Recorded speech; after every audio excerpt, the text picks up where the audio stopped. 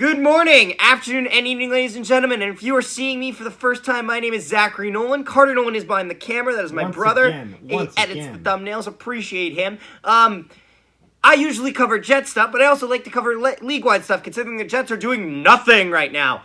Also, while I'm here, let me just apologize. No, Nick Delorier will not get his own video for being traded for a third-round pick to the Minnesota Wild. Although, for all intents and purposes, good trade for both sides.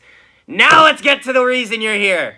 Claude Giroux is officially a Florida Panther. We know now for the last about day and a half, 2 days, that he was most likely going to go into Florida, going to be a Florida Panther. However, it came down to between Florida and Colorado. He only waived his no-movement clause, however, for Florida. And that's why the Flyers' haul for him might not be as special as it could have been, because Giroux, having a no-movement clause at the end of his deal, had some bit of control on where he was going. He could have just said, well, I'm not going to, waive it for anyone else, therefore you have to trade me to Florida. Florida knows this, so Florida kind of lowballs it here, especially in comparison to other trades, like Brandon Hagel getting the entire future of Tampa Bay. So Claude Giroux, with 50% salary retained, and a 2024 fifth-round pick, Connor Bunneman and German Rubtsov, who I believe was a former first-round pick, actually, in 2016, so not the worst, gets traded to the Florida Panthers, though, for what do the Philadelphia Flyers get? A 2024 first-round pick, a 2023 third-round pick, and Owen Tippett. Kind of makes you wonder what would have happened if the Philadelphia Flyers didn't trade all those firsts away for Rasmus Ristolainen. All in all, I feel bad for Owen Tippett because he was on a team that really looks like a cup contender, and now he's going to a team that really isn't a cup contender for at least a couple years now. For all intents and purposes, we're playing okay. Giroux adds to just this monster of a top six that the Florida Panthers are rolling out right now. Florida looks like easily the most dangerous team in the Atlantic. I would love to see them make a deep playoff run. The fans deserve it, honestly.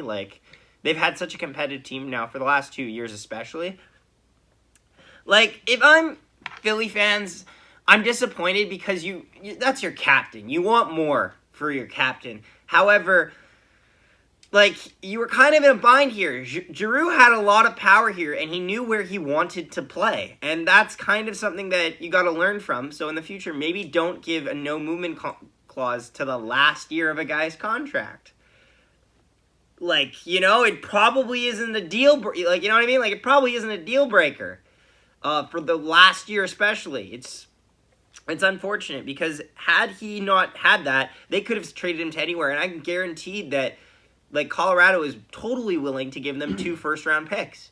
So the good news is, though, it is in 2024, so maybe they drop a little bit in the standings at that point. But it's a tough pill to swallow for Philadelphia fans, and I understand that. Florida fans, get hyped. Your team looks dangerous. The Colorado Avalanche of the East over here. I look forward to seeing these playoffs unfold, honestly. I cannot wait. Hope you enjoyed this video. Don't forget to leave a like. Comment down below, who do you guys think won the trade, and what do you guys think will come out of this trade? Who's going to be the best performer? It's probably going to be Claude Giroux. And what should we expect in the future? Don't forget to subscribe, by the way, because we really appreciate that. We're trying to hit 800 subscribers by the end of the month. Thank you so much for tuning in. We appreciate all of you. Goodbye. Connor, the old Svechnikov for Connor.